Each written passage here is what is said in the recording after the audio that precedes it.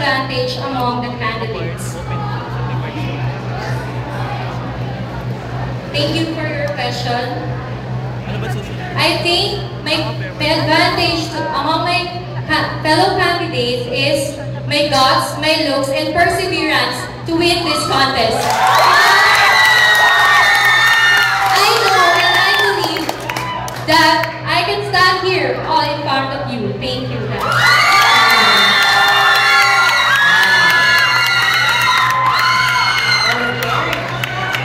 Nakikita nyo na kung sino may potential.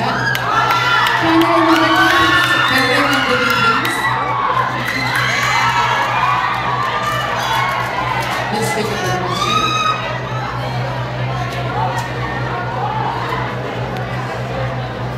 My question is, how do you see yourself 5 years from now?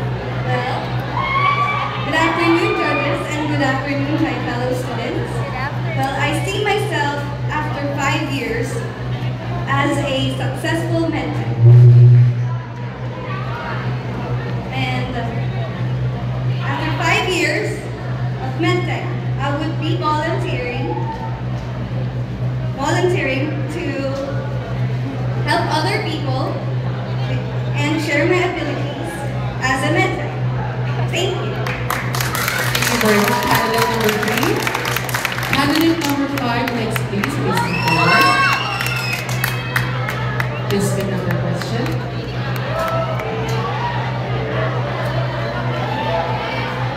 If you be given a chance to have a power, what will you change and why?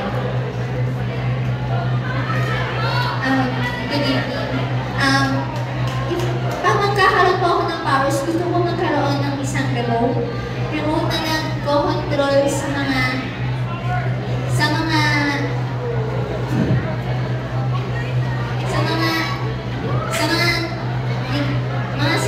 sinasaktan yung mga anak nila at pa sa mga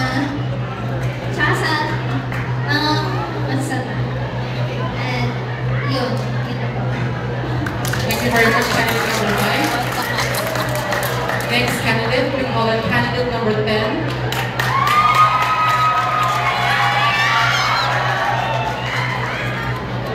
The power to change the world into war against evil. For you, what is your best asset and why? Para po sa akin, kung ano bang po yung best asset ko, syempre po yung ugali ko. Kasi po, alam ko po, marami po akong naging pagkakamali. Pero sa tingin ko po ngayon, ang dami-dami kong napapasayang tao sa paligid ko. Maraming salamat sa kanila kasi may mga tao din po nakapagbabago sa akin tulad na po ng ating Panginoon. Maraming salamat po sa inyo lahat. Thank you very much, candidate. May pinalaban ang 2 entry dito. Candidate number 11, please.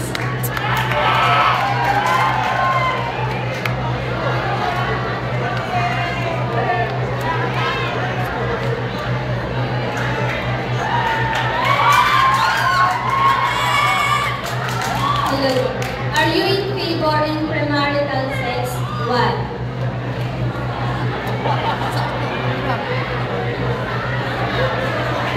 I am not favor because if we're going to do this, lahat po ng mga tulad ng teenager or mga kabataan ay magiging bisyo ito dahil sa pamamagitan ng sinusubukan po nila itong gawin, pero nagkakamali po sila dahil ito po ay mali. Nakabot po namin sa Thank you.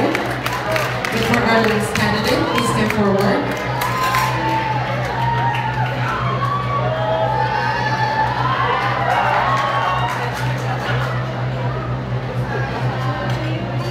In your own way, how would you save Mother Earth?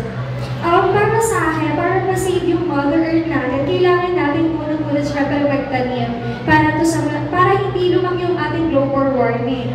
At pangalawa, syempre kailangan din natin ng tulong-tulong, di ba? Syempre para